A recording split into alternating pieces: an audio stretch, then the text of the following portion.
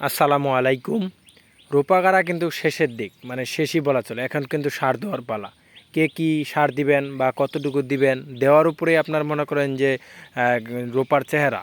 আপনি যত বেশি সার বা যেরকম যেই পরিমাণে সার দিতে পারবেন সেরকম কিন্তু রোপার চেহারা হবে। এখন যদি আপনি সার কম দেন তো অবশ্যই কিন্তু চেহারাও কিন্তু কমই থাকবে, মানে কালারটা কম হবে। তো শুরুতে আমার চ্যানেলটা সবাই সাবস্ক্রাইব করবেন। একজন সাবস্ক্রাইবার হলে আমার মনে করেন যে একজন সদস্য বাড়ে যায়। তো সবাই আমার চ্যানেলটাকে সাবস্ক্রাইব করবেন, লাইক দিবেন। আসলে মনে করেন যে রোপা কম বেশি প্রত্যেক এলাকায় লাগানো প্রায় শেষই বলা চলে। হয়তো কিছু কিছু এলাকায় আছে, সেগুলো হয়তো মনে করেন যে দেরিতে গাড়ে, কিন্তু আমাদের এলাকায় শেষই। তো এখন তো দেওয়া লাগবে সার। প্রথম কিস্তিতে কি কি সার দিবেন, সার দিলে আপনার রোপার চেহারাটা পরিবর্তন হবে। আর এই যে আমরা কিন্তু সার দিয়ে দিছি, কি কি সার দিছি সেটাই দেখানোর জন্য আজকের এই ভিডিও। দেখেন সার দেওয়ার পরে কিন্তু দেখেন নতুন নতুন কিন্তু কুশি বাইর হয়েছে। মনে করেন যে নতুন যে কুশিটা নতুন করে জন্ম নিতেছে। আমরা তো আর এত মোটা করে আর কুশি দেই না, গাড়ার সময় হয়তো 2টা 3টা এরকমই কিন্তু কম বেশি সবাই দেই। তো এর মাঝখান থেকে পরে কিন্তু নতুন করে সার দেওয়ার পরে কুশি হয়, নতুন নতুন কুশি হয়। দেখেন এই কুশিটার মধ্যে বেশ কতগুলা, মনে করেন যে যদিও আমি দিছি এতটুকু, এইগুলা দিছি, এগুলা কিন্তু কম বেশি হয়েছে, মনে করেন নতুন কুশি হয়েছে। তো কি কি সার দিবেন, আমরা যে সারগুলা দিছি যদি দেন তো ইনশাল্লাহ মনে হয় আমাদের মতো, এই যে দেখতেছেন আমাদের চেহারা কিন্তু, আমাদের যে রূপার চেহারাটা অনেক কিন্তু পরিবর্তন হয়েছে।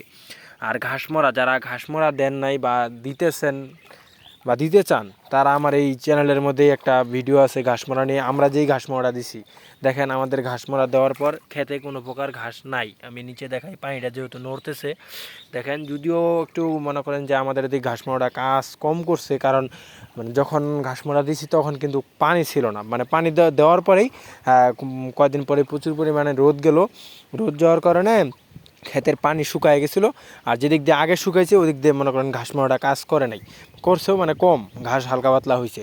তো আপনাদের এলাকায় যদি ঘাসমরা দেন তাহলে অবশ্যই পানি রাখবেন, খেতে 2-4 আঙ্গুল পানি রাখবেন, তাহলে ঘাসমরা মনে করেন যে ফুললি কাজ করবে। আর কি কি সার দেবেন, আমরা সার দিছি মনে করেন টিএসপি, তারপর দিছি পটাশ আর ইউরিয়া, এগুলা দিছি, সাথে একটা সালফার দিছি। মনে করেন যে সালফারটা দিতে পারেন আপনি।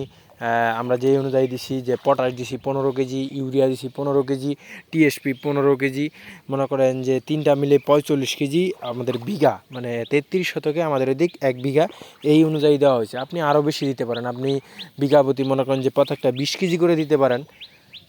20 কেজি, আরও যদি কন যে কিছু কম দিবেন দিতে পারেন আপনি।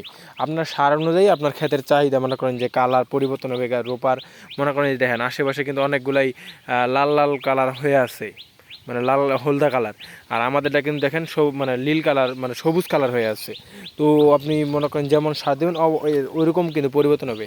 আর সালফারটা দিছি আমরা একমি কোম্পানির, তো ওটাও দিতে পারেন আপনারা, অনেকটু কাজে আসবে। আর এরপরে মাজরা বা অন্যান্য ওগুলো আমি ভিডিও দেখাবো। তো আজকে এই পর্যন্তই, ভালো থাকেন, সুস্থ থাকেন, আল্লাহ হাফেজ, আসসালামু আলাইকুম।